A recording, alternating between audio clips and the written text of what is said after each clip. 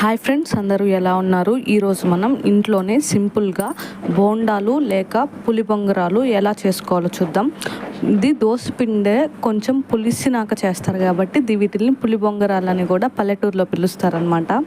ముందుగా చూపిస్తున్న విధంగా ఆనియన్స్ కట్ చేసుకొని, మిర్చి, కరివేపాకు, వీలైతే శనగపప్పు ఉంటాయి కదండి, పచ్చెనగపప్పు 1 అవర్ ముందు కొంచెం నానబెట్టుకొని అవి తీసుకొని, దోసపిండి కొంచెం గట్టిగా ఉండేది తీసుకొని దాంట్లో కొంచెం ఉప్పు మరియు బేకింగ్ సోడా అంటారు కదండి, ఆ సోడా మనం కట్ చేసి పెట్టుకున్న అన్నీ కలిపేసేసి కొంచెం చిక్కగానే అంతా మిక్స్ చేసుకొని నూనె కాగినాక అందులో వేసుకొని వెంటనే తీయకుండా కొంచెం కాలిన తర్వాత వాటిని తిప్పుకొని మనకు కావాల్సిన విధంగా, కొంతమంది మెత్తగా తినడానికి ఇష్టపడతారు, కొంతమంది క్రిస్పీగా తినడానికి ఇష్టపడతారు.